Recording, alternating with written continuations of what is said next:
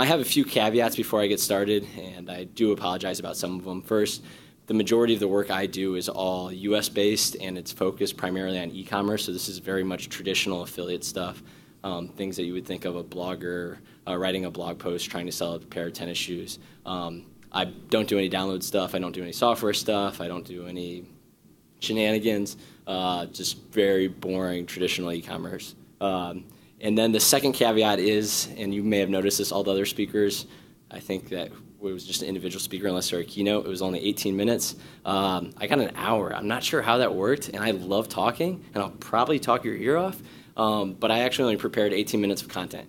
So the deal there is that you guys are going to help me out. We're going to try to keep it a lively discussion, so feel free to ask questions at any time. And then after this conversation, I'd like to actually turn the conversation around and maybe ask you guys some questions, and hopefully we can have a lively discussion in this room. So without further ado, I think I got all my points. You probably know nothing about me nor the company I work at, so I do want to highlight that. So my name's Kyle Schumacher. I previously worked at Google. I now work at a company called Impossible Ventures. We're a startup based out of Austin, Texas. I have my MBA from UT Austin, and I started my first affiliate business at age 16. I've been around e-commerce for a long time, and I kind of understand how it works now. A little bit about our company. We're building an e-commerce, an app, essentially a shopping app. We're in stealth, so I can't tell you a lot. Our CEO had founded a company called 1-800-CONTACTS. He sold that for $900 million.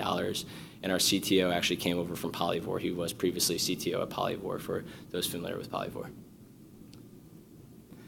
So when I do analysis, my day-to-day, I'm often looking at trends in this affiliate and e-commerce space.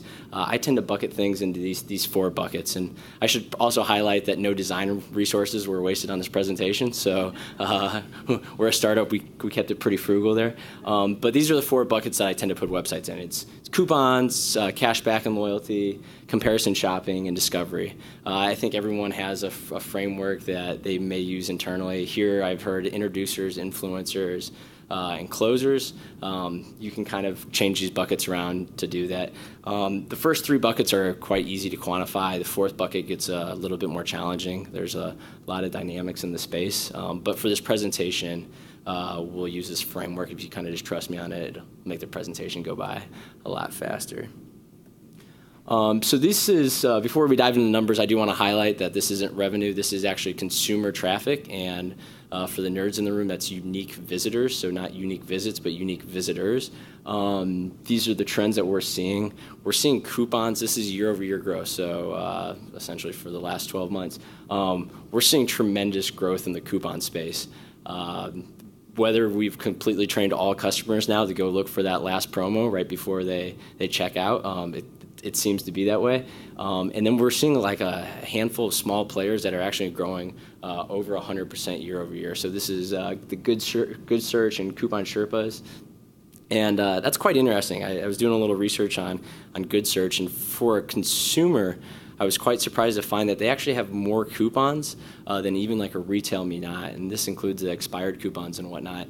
But I find that fascinating. I suspect Retailmenot is on so many merchants' radars that they're having to be submissive, especially for merchants who pay them. They have to be submissive and take down some coupon codes, whereas the Good Search, Coupon Sherpa, Deals Plus, they don't have as many merchant relationships. Merchants aren't worried about them. So they, in times, they actually have better coupons for the customer. That might be driving some of this growth as well. Retailmenot's fascinating. I'm based out of Austin. Retailmenot is another Austin startup that we're very much proud of. Whether you're a merchant, you may love them or hate them. But they're actually not even growing. They're not actually even keeping up with market share. Part of that might just be the law of large numbers. It's really hard to grow a large business like that, more than 25% year over year. But we don't believe they're actually keeping up with the coupon space. A few interesting notes on Retailmenot. The way you measure e-commerce as a whole now, people seem to be moving from revenue to GMV, which is gross merchandise value. So if you're a marketplace, I know there's some eBay people in the room. When you sell on eBay, whatever the transaction is, if you sell a TV remote for $100, the $100 isn't not revenue. It's whatever they make on that $100 is their actual revenue. Their GMV is the $100. So we think Retailmenot drives about about $5 billion in GMV. The last time they announced that number was $4.4 billion, and they have grown. But if you can kind of use Retailmenot as a benchmark of $5 billion of commerce they're driving, that's quite fascinating. We'll go into savings.com. Not a lot of growth there. There are players that are falling off that are flatlined. And I should also note too that 0 is a really bad number. Anything below 15% is actually a quite bad number. E-commerce as a whole, U.S. Census agrees that e-commerce is growing at 15%. So if you're not growing at 15%, you're losing market share quickly. Most industries wish they could grow at 15%. Most industries wish they could grow in the double digits. We just happen to be in a great space. Cashback and loyalty, the story here is Ebates. Ebates, wow. Rakuten acquired Ebates last year. They actually announced, Rakuten will announce earnings tomorrow, but we believe Ebates is up about 80% year over year. This is incredible because Ebates was a large business. It was sold for $1 billion, and for it to grow at that rate is quite incredible. Consumers are definitely learning they can get cash back, and it's worth their time to use Ebates. And then the interesting, I guess Shop at Home is interesting because they've actually kind of fallen off, and I don't have any reasons why, so I might turn that question back to you, and you guys maybe can help investigate why Ebates would grow at 80% year over year and Shop at Home wouldn't. And then my final point on Ebates I should highlight, they were purchased by Rakuten. Rakuten also made another acquisition a few years ago, Buy.com. They renamed it to Rakuten. That did not go well, as you can imagine. Renaming Buy.com to Rakuten doesn't work well in the United States. So Ebates is their major U.S. play right now, so I expect a lot more investment going into Ebates.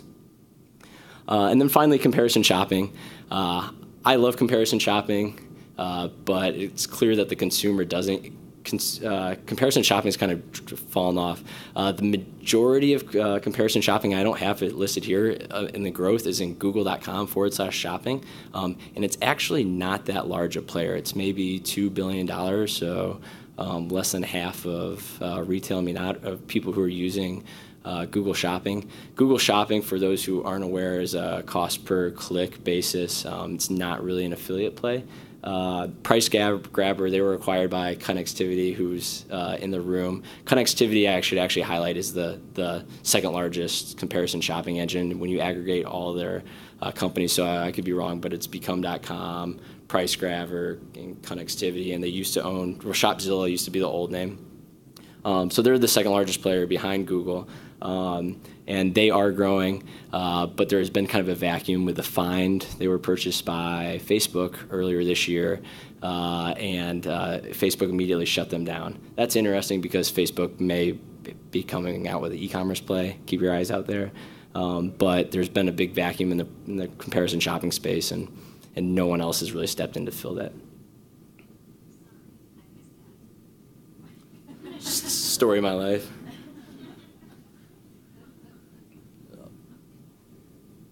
Finally, one of my favorite parts, discovery, and this is where things get exciting, and I talked about it's really hard to quantify, so I don't have those growth numbers, but I do think some of these players are interesting. I don't have I'm not particularly keen on fashion. As you can see how I'm dressed, I'm pretty simple, but I wanted to highlight some people who I thought were doing interesting stuff, and we'll kind of keep that theme through the rest of this presentation. I've kind of highlighted how quick these things change. I did this presentation, I think 2 weeks ago. I had to send it in. Since then, Polyvore was actually acquired by Yahoo for $230 million. You can see that they raised $22 million. I'll spare you all the math, but the investors definitely probably made a little money there. And they had about 20 million users. They're very, Polyvore, for those who aren't familiar, if you were a merchant, they could very much be a super merchant if you were in the affiliate space. You can actually grab products from all across the internet, you put them on one single board, it's an interactive image, and then you can decide to purchase products. If you were on the Polyvore website, you don't get affiliate credit if you're a small-time blogger, but you can actually then take that interactive board and put it on your website where you can input your affiliate links. But a lot of people were, I think, doing pretty well with this. They were driving traffic from Polyvore to their blog. and then changing out the affiliate links, doing okay. I suspect that with the Yahoo purchase that some of that may be going away. Wanilo stands for want, need, love, and then list. Both of these are very fashion-based and they're very mobile. So if you're a merchant and you're thinking about what the next year holds, you can see the growth rates, you can see the average order values. Mobile's where it's at, and my opinion, I try to I'm not going to state too many opinions here, is that the affiliate space is just so behind on mobile.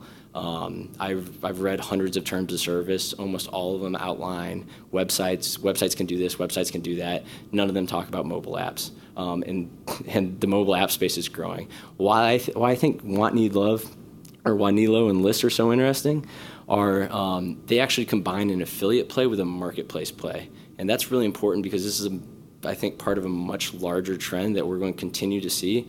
And if you're in the affiliate space, you need to watch the marketplace space closely. So what I mean by that is on Wanilo, you can see a pair of shoes and you can decide to buy that pair of shoes.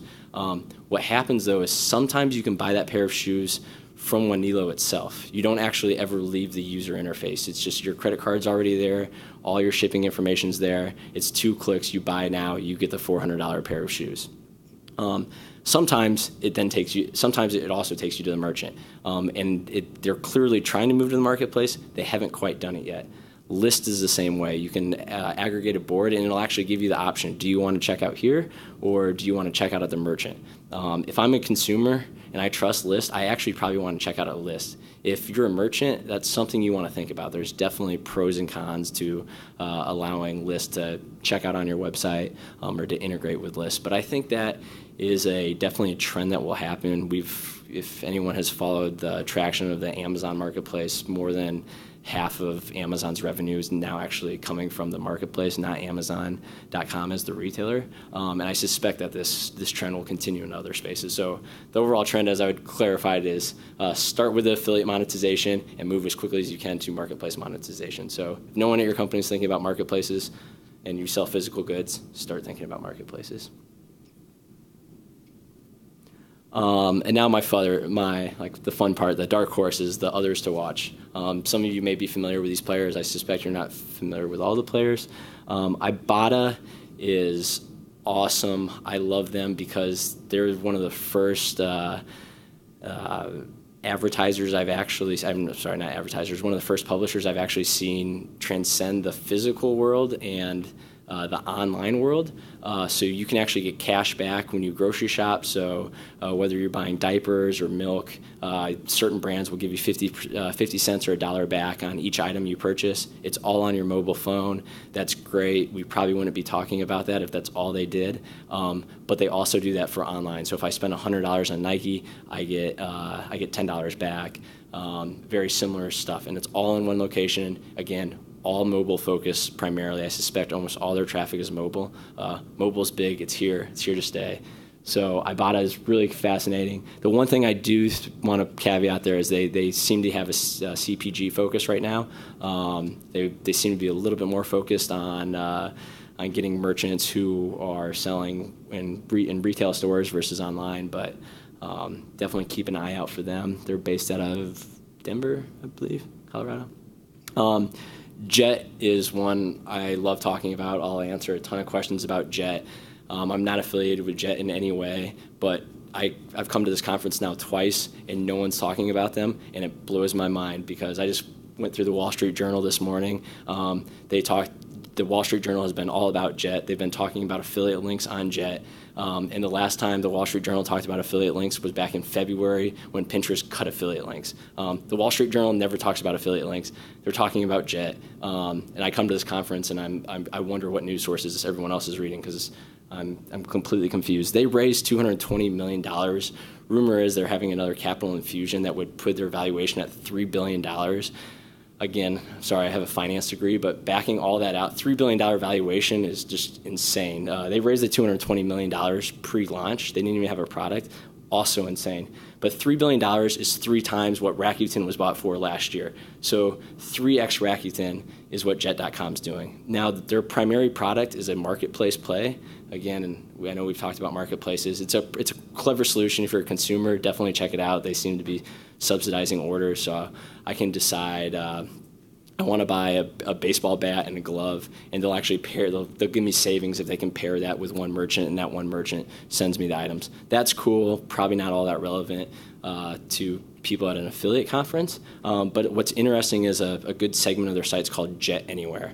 This is very similar to Ebates. You get cash back. The way it works is you click the link, it goes through VigLink, I'm sure they get some commission. You actually have to email them a copy of your receipt so they see everything you bought. I'm sure they're trying to collect a bunch of data there, and then they give you cash back, which you can then spend on their marketplace. Why I'm so excited about this and why I think you should be so excited about this, or at least intrigued by this, is they're clearly subsidizing their cash back. So on Ebates, your cash back for Nike is 4%. Ibotta, I think it's close to 10%. I think I said $100 and $10. On Jet, it's 30%. They're just like, clearly Nike is not paying them 30%, but it is worth them to subsidize that order. And having a $3 billion valuation and raising $220 million of capitals, you can subsidize a lot of cashback orders and get a lot of data. And it's really hard to compete with someone who's just willing to lose money like that. So anyway, take a look at Jet.com. I think it's pretty interesting. I think way more people should be talking about them in the affiliate space. And then I also want to highlight, if you're a merchant, you might want to check to see if you're already paying Jet.com. You might not be aware. You may be. You may be listed on their website. I'm happy to pull it up on my computer afterwards, and we can take a look at that. And then finally, I don't have a lot of hard data around it, but Groupon, coupons, they haven't broke it out on their financial statements. I'm really having a hard time determining what their traffic is, but they have some impressive SEO. Pretty much any time I'm Googling a coupon site, I see Groupon pop up, and they're popping up near the top. They're often beating Retailmenot. So that's another interesting player who's definitely moving into what we would consider the affiliate space. So with that being said, I have a bunch of caveats so you guys don't get too mad. This is kind of defend myself. I use a lot of proprietary traffic sources. I probably can't mention a few of them. Combination, kind of have to trust me there, sorry. Recent earnings and fundraising announcements. Caveats again, new physical products, US based. The last major analysis done of the affiliate space, for better or for worse, was done by Linkshare and Forrester back in 2012. I would love to see some professional analysts take another stab at the affiliate space.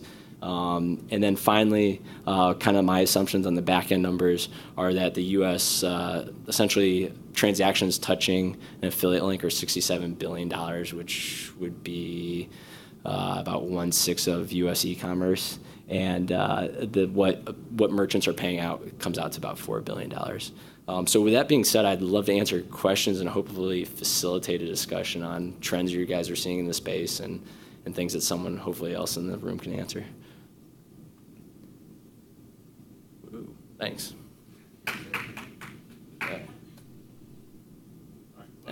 Any questions? Is anyone familiar with Jet.com? Was that? Okay, so there's a few people. Awesome. The eBay folks are on it. Yeah.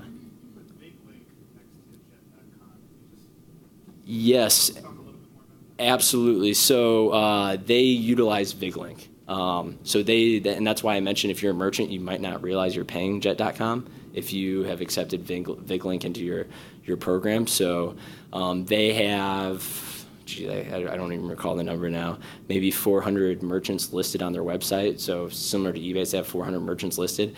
I doubt they've actually had a personal conversation with the vast majority of those merchants. They just utilize VigLink. So VigLink presumably takes a small cut of that transaction, and then they pass some cash back to Jet, which then multiplies whatever that cash back is, just takes it right out of the bank account and then gives it to the customer. So the technology they're utilizing behind the scenes is VigLink. Great move by VigLink, though. I'm sure that's a lucrative deal for them. I didn't take a look at Jet's affiliate program, but yesterday you were at the same presentation. You were talking about Walmart and Amazon and how they're handling. Are they doing anything different as far as So at Gino's presentation, I guess he was talking about Jet or Walmart and Amazon as the advertiser. So Jet's not an advertiser right now. They don't actually have an affiliate program. I wish they did. It would be, yeah, they don't have an affiliate program. They're actually, in this instance, they're actually the publisher. So they're actually encouraging their consumers to essentially take advantage of some offers they have listed. I would love for them to have an affiliate program. For us, I mean, they can beat Amazon like consistently on price. We're seeing at least 75% of the time. I mean, I think they're eating a lot of those costs, but again, great for the customer. What did you guys hope to learn today? Was that anything close to?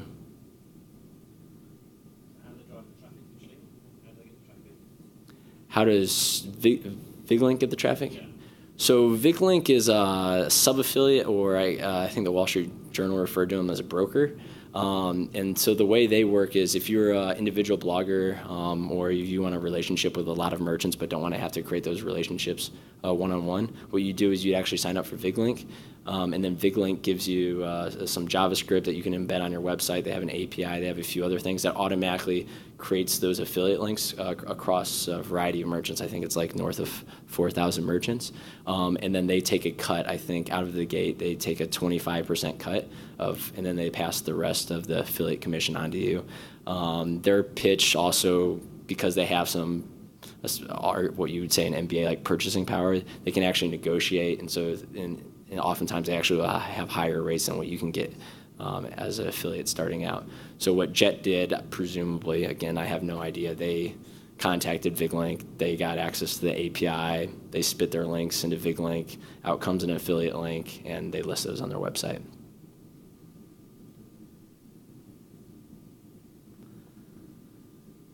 I'm sure there's some other.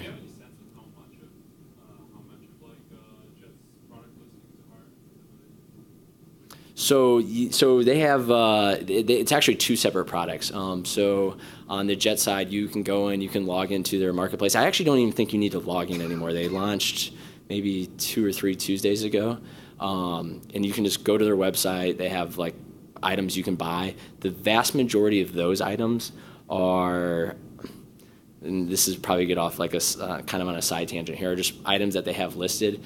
From what they've said in the Wall Street Journal, a lot of those merchants aren't working with them, but what they'll do is if you place an order with Jet on their main product, they'll then go place the order on the retailer's website on behalf of you, and they'll eat the cost difference. So you just pay Jet, and then Jet pays the retailer. They eat the cost difference. The customer comes way better off. I think Mark Lohr had founded a company called Quitsy.com, which was diapers.com, which he sold to Amazon for $550 million. His new company is at a $3 billion valuation. It's worth a lot more, and they haven't done anything yet, which is awesome. But that's how they work. That's how the main product works. Mark Lohr kind of got in, it looked like he got in a little heat. They were actually placing, when they placed orders on behalf of customers, they were placing it via an affiliate link. So they were getting a little kickback there to hopefully subsidize some of those savings. But he had said that was just dollars and cents, and that they don't do that anymore. So that very well could have been him overlooking something. And they have quite a few employees too, so that may have happened. Does anyone have any trends that they see, any players in the space that they think are doing some particularly interesting stuff?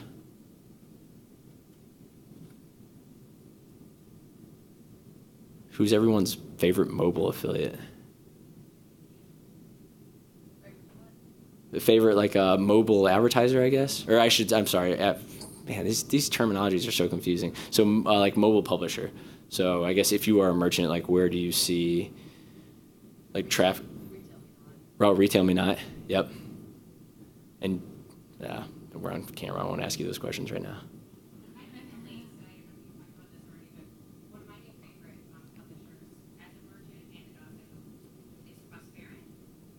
Prosperant, yes.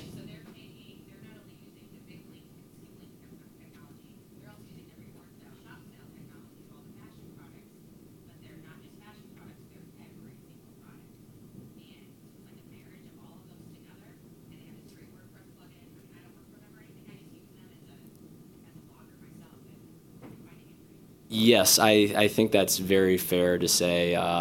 I've met those guys actually at Affiliate Summit. I called them Prosperant. I think you pronounce it slightly different. Okay, okay, Prosperant. Yeah, they're very similar. They definitely fall into that kind of that sub-affiliate broker space, but they are very much doing some very cool stuff. It's Prosperant. Prosperant. I have my business cards right here. I'll send you an email with their. I don't want to try to spell it on camera. I might get it wrong. Yeah. So. Yeah. So I'll be happy to connect you though. Yep. And if you're a small time publisher, I absolutely think those brokers are probably the way to go. You don't have to manage. You can focus on what you do and what you do well. So content, discovery, whatever it might be. But you don't have to focus on managing merchant relationships. Any other favorite publishers? I'm just curious in the room, who is a advertiser? So who's paying people? Okay, excellent. And I guess for those advertisers, what do you see as you're driving most of your revenue right now? Is it one of these clearly one of these categories? So you mentioned Retailmenot. Is that the same for Retailmenot as well? Ebates? Okay. Shop at home. Okay, excellent. Have you seen growth with Shop at Home? If you can. Okay. Okay, excellent. Okay, excellent. So I get all this on microphone if you guys don't mind, and I won't mention your company name, so you'll be all right. So Shop at Home, one merchant has seen growth, another merchant has seen it dropped off. You've seen growth?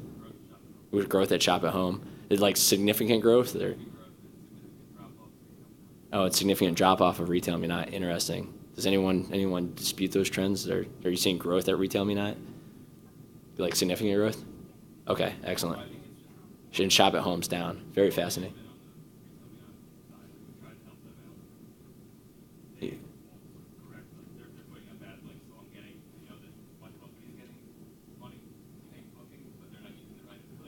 Oh, fascinating. So I get that on camera. So you may be getting as much traffic from Retailmenot, but their management's so poor that they're probably not getting paid for what they're sending over. Oh, fascinating. And I won't mention your merchant name, but you are definitely a large merchant. So that's surprising that they wouldn't respond. As everyone turns around and looks at his name badge. Any other interesting trends that people are seeing or might want to ask the rest of the room?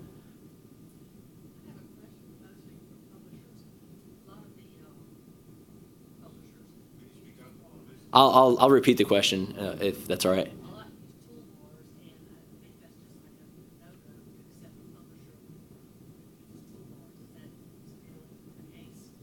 So Kathy had asked, is it a no-go if a publisher is using a toolbar?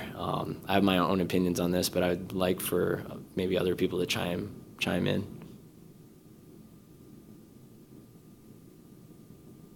Come on, I don't want to start with my opinion. Definitely not it's a challenge for my client. They definitely don't want any toolbars because they think it's not the best for their brand. They also feel like tracking links or they're overriding the last click. So they're very cautious about working with those types of partners. So to repeat that, your clients are very cautious about toolbars. They think they might put others at a disadvantage, and it might ruin the brand. That's why we try not to bring in publishers who use toolbars. And so Kathy says, yeah, that you don't. Absolutely. So if you want to hear my nonsense opinion from someone who works at a stealth startup and you don't know much about what I do, I definitely absolutely agree with that. I do think toolbars can enable some very cool things. I have yet to see a publisher do a toolbar that adds a ton of value. There's definitely some people in the space that are getting pretty close, but I haven't seen one that has really blown me away as a customer. Like something that I would want, the test that I always use is would I want my mom to install this on her computer? I just haven't seen very many toolbars where I'm like, oh, this is a super handy tool for my mom to have on her computer. So that's the test I use. Maybe you guys can steal that line in the sand test on toolbars, but I do think it's probably pretty limited on who I would work with. Oh, putting me on the spot here. I'll talk to you about that afterwards. There's actually some I watched that I do think are pretty close. So yeah, definitely talk with me afterwards. I'm happy to chat with you about that. What are your thoughts on loyalty sites? From a merchant perspective, I think that goes into the attribution model, and I think you need to you probably need to think pretty much in detail about the attribution model. So if it's last click wins, I would be a little pissed off if I'm just like a blogger trying to pay for my kids' Little League jerseys and Ebates is just eating all my affiliate commissions, because consumers are definitely going to Ebates immediately before they purchase. So I think it puts everyone else in what they call your click stream at a significant disadvantage. Depending on the product, I do think it helps drive conversion, especially if you're selling what I call an indexable product, but like a commodity product that can be purchased at multiple places. Even for example, if I'm Nike, and you can buy Nike shoes at 20 merchants, that 4% I'm offering Ebates, like I'm sure that like pushes enough people over the edge to convert. But what if I'm Nike? What I hate is that's really putting a disadvantage to the blogger who bought the pair of shoes with their own money and who reviewed it and who has a fan base on Instagram. So I think you need to be careful that you're not disenfranchising those people. So that can be done with a good attribution model. If you were Nike, or if you were self-advising Nike, in that example, what would your recommendation be then as far as an attribution? I would not pay the loyalty sites very much. Yeah. Split it between first click or the last click or the loyalty. That's correct. The loyalty site would be at the bottom of the list. So yeah. This is challenging for loyalty sites that offer charity services, so it seems to be an attractive model for a lot of customers. Sorry? So you had asked who offer charity services. No one that I'm aware of who offers charity services has public financials. So actually, charity and philanthropy. Like WeCare.com. Yeah, no. So I'm familiar with them. It's unclear to me like what percentage is actually making it to charity. Not that I'm skeptical of them, but I definitely think I don't want to give them a free pass because I think they might be using that as partly as a negotiation tool. I think Good Search too actually had started that way, and they have a charity play as well. I'm a firm believer in that people should absolutely donate. Everyone should go donate after this presentation. But like if you're giving the customer the savings, like just give the customer the savings, and like cut out the nonsense. But I do think that you're using that as slightly like, oh, you can't give this attribution model to me, like this will take away from charity. I think those two need to be separate, business and philanthropy. Yeah. Yeah, so you mentioned that the majority of the GMV growth was in loyalty sites, and you just mentioned that you would cut that commission, which is driving all of that growth. So what do you think the potential downfall is based on the fact that once the publishers start paying out less commissions to the end user, those sales will dry up? Yeah. So your question is, if you were to, cut, yeah, if people were to listen to my advice and cut the kind of the loyalty people or really dock their commissions, dock Retailmenot, we'll even say like pretty much the closers commissions, right? Like the sales may dry up. That's true. I would experiment with if that actually happens to your business. I think our friend over here who has like a very interesting use case where Retailmenot's not getting paid on a lot of the transactions, and he's a pretty large client, and they're still clearly sending him transactions. That's pretty. So I guess you could argue, right, like a cashback. It depends on the product. Are people going to buy, like, if they can't save 4% on your product or whatever your cash back is? Like, ultimately, that's the question you have to ask. Some products, like 4% makes all the difference. I'll go back to tennis shoes. Like 4% probably makes a big difference on where I purchase my tennis shoes from.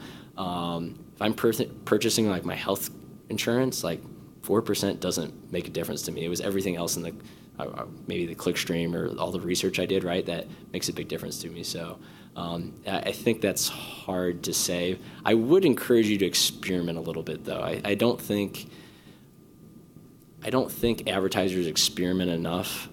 They give all this leverage to these cashback and loyalty sites, where these cashback and loyalty sites don't have a ton of leverage. So they may change your commission online, but they really don't want to take you off their website. That's not like a great customer experience either. So I would encourage you to play around with the commission rates and see what happens. Is it just one brand, or do you have multiple brands? Okay. In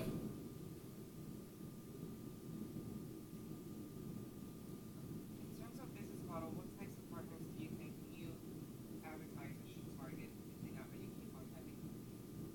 I usually hear bloggers, but is there any other types of models that they're missing out that we should keep a lookout for? As far as in the affiliate space, there are some other interesting ones that I think are doing well. So let's talk about your clients afterwards, and maybe it's not actually directly in the affiliate space. But in the affiliate space, again, mobile. I mean, yeah, anything mobile, find who's doing well. I've seen some companies, and again, this depends on the product, but do really well with Instagram. And again, I would actually argue that's like a subset of mobile. Like people are looking at Instagram on their phone. So mobile, Instagram. I think video I don't think enough people have experimented with video. I don't know if video is the answer, but I definitely think there's plenty of room to monetize video. Jens. Considering the advice you just gave, are not these two channels, mobile and video, both very susceptible to fraud? So your question was mobile and video are very susceptible to fraud. That's true, and I don't have a good answer for that. If I'm an advertiser, this is another one of my rants, I'm not sure advertisers realize who they're paying, and they truly understand where they're getting their traffic from. If you're an advertiser and you have a brand you care about, you really need to know that game. I'm not an expert in that field. I'm super traditional with the affiliate space, but yeah, know the entire business model of your publishers. I had walked around with actually a top 50 internet retailer merchant and pointed out a couple of businesses that were sending him traffic and transactions that he had no idea about. So know where that traffic's coming from. So. I'm new to affiliate marketing, new to Affiliate Summit. I'm coming from a video background, so I'm really happy to hear you say there's room to monetize video. But it seems to me that the industry hasn't figured it out yet, the best way to use video. I'm wondering if you have any thoughts on that. So Eric is wondering the best way for affiliates to use video. Eric, I would probably challenge you. That's probably your market opportunity right there. And if you can hack that, you can probably make a lot of money for people attending this conference. Actually, there's someone in the back who might be able to chime in. I disagree. There's a lot of people that are monetizing YouTube videos. YouTube is the number 2 search engine above Yahoo. And so there is a lot of bloggers that are just killing it in the space. I mean, I think one is I Just Need To's wrote a book about how she became a successful blogger. So I just so I get this on camera. So your comment is, and you correct me if I'm wrong, but that a lot of people are monetizing video via YouTube because YouTube is the essentially the second largest search engine behind Google, if you will, and these vloggers are doing well. And now, are they including the affiliate link? I guess a question for you within the video, or are they sending traffic to a website which then monetize? Okay, so both. So you have to do the FTD disclosure if you do it in the video. So absolutely, and of course, if you're doing video, YouTube is very hard to get away from. But that's fascinating. I saw SlideShare doing something quite interesting, which I don't know a lot about this space, but I suspect I've always wondered why YouTube doesn't do this. Is collect like lead information at the end of a video. So if it's a video on how to fix a pipe. Right now, if you're on SlideShare and it's a slideshow on how to fix a pipe, it asks for your lead information at the end and it can then send it to that company. I was always surprised that YouTube actually doesn't do that at the moment, but it seems to me like if I'm trying to fix my car and it shows me how to change a tire, I'd probably just hire someone to change my tire at the end of the video, right? And I should just be able to submit a lead, and no one's done that yet. So yeah, I wish I had a better answer there for you, Eric, but definitely YouTube, and definitely a huge market. I would encourage you, though, and this is like a challenge for the whole affiliate space. Some areas of the affiliate space move very quickly. The traditional space doesn't, and I'll highlight that again with the mobile. It's been slow.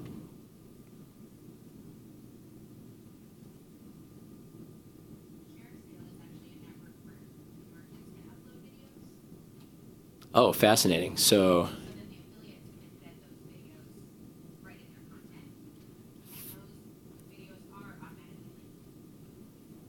Fascinating. So the comment you made, and I'm just repeating again for the camera, is that Share a Sale allows merchants to upload a video, and then the publisher can actually use that video on their website or blog. I saw a company at IRCE, which is a big e-commerce conference. They were doing some very interesting stuff with videos within Newsstream, so particularly the Facebook Newsstream, but very product-based, but just like a equivalent of like an 8-second Vine video within the Newsstream. And if you're a publisher and your advertiser allows that, that might be actually a very interesting way to garner some traffic. Usually, right, on Instagram, you see the image in Instagram in your newsfeed, but a video might be an interesting way to separate yourself. Brian Gavin Diamonds, for a video standpoint, probably not on, from a video standpoint, they do some incredible videos. They've kind of mastered the video space, so it might be worth checking out. I don't suspect they have an affiliate program, but they do some pretty incredible videos for their products. Brian Gavin Diamonds.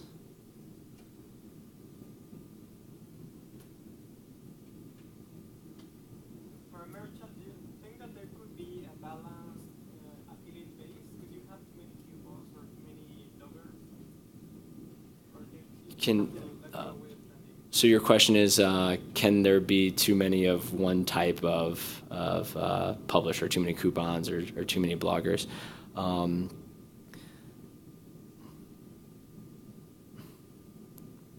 I mean, it depends on your product and how, like, where your customers are. So if they're visiting the same 10 blogs in the sponsored blog post, or so this is very clear that you sponsored the same blog post across those same 10 blogs that they're reading, that's probably a little overwhelming and like a bit cheesy to me as a consumer. And I can quickly see through that, and I'm almost like probably more likely to ignore your brand.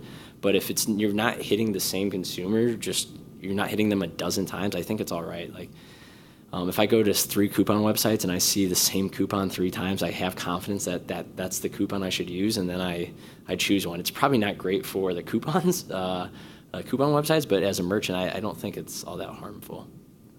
So yeah, again, you're going to have to use a little discretion there, but I don't, like, again, even the cashback's another great example. If you have the same cashback on 10 loyalty websites, I don't see how that actually hurts you. I think that just adds confidence for the consumer that that's the cashback they're going to get. If you're a merchant and you don't have a coupon page on your website, please get one. You're paying unnecessary commissions. I don't understand why people aren't making a coupon page on their own domain. You'll most likely be #1 in Google. You just have to pay less people. So if you need a good example, type in JCPenney coupon. JCPenney's page pops up. It's great. They pay Retailmenot, I'm sure, less money now because they did that. So anyway, I'm happy to talk to you about that afterwards too if you need a few more examples.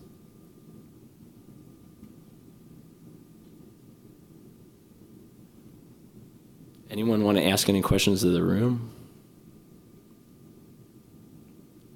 I'll ask a question. I'm a merchant who represents some affiliates and represent the affiliate management program. Okay. So speaking about those coupons for a second, do you make the deals good on your own site, or do you provide like the best deals somewhere else or the best deals on your own site, or should the discount be the same across the entire universe where a consumer might find you? I guess so your question is if I'm a merchant, do I make the coupons on my site better, the same or worse than I would have on other publishers, Retailmenots, for example? I guess the first caveat I would say is customers getting to your coupon page should only be able to get to your coupon page via a Google search. So they're already looking for a coupon, and they're going to find the Retailmenot coupon, I promise. So your coupon should be at least as good as Retailmenot. I don't know why it would be worse because you have to then pay Retailmenot, presumably. So I would be at least the same. I could maybe argue from a business standpoint that it could even be slightly better, but I presume it's actually going to end up being the same anyway because Retailmenot or one of these coupon websites is going to scrape that coupon. So you probably don't have a lot to gain from offering a better coupon. You're just losing margin. So my goal would be to make it the same across the industry. And I suspect consumers will give up after checking a few coupon websites and seeing that you had the same coupon that all the other websites had. So.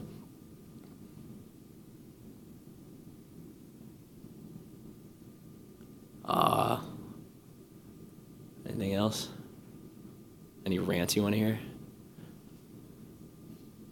Wow, this is a really boring slide to leave up for the question and answer. My sources page. You were saying mobile is not being used effectively as it should be. Who do you see is using it well? I think on the publisher side, the people I mentioned are using it really well. I think Ibotta is probably the best example of that. And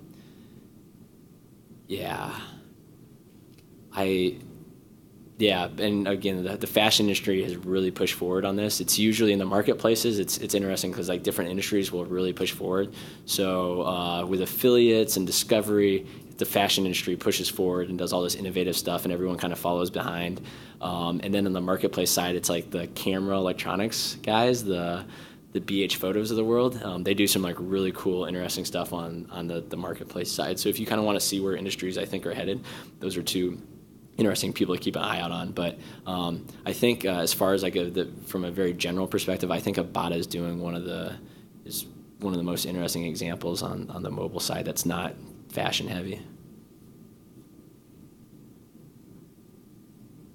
I was just thinking about List's $400 order value, or as an average order value. I'm like, wow, those are like, that's incredible. Polyvore, to give you an example, I think they have a $66 average order value. So even in the fashion space, List is like way up there. And Phil, they're actually a UK-based company. So if I recall correctly.